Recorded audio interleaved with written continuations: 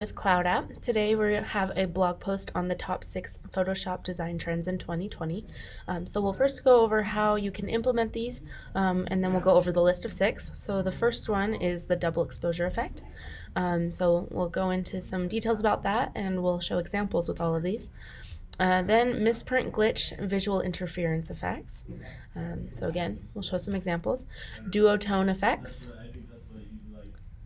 image and text masking, double color exposure effect, photo masking, and cutouts is the last one. So, and then we'll go over how to install Photoshop plugins, and some steps through that, and then how you can use Cloud App to just enhance your design process. It makes communication easier, going back and forth, especially between team members or clients, whoever you're working with as a designer.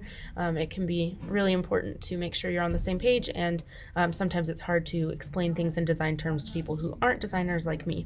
So it's nice to be able to just like take either an annotated screenshot or a video recording like I'm doing right now, being able to point out specific things when it comes to design.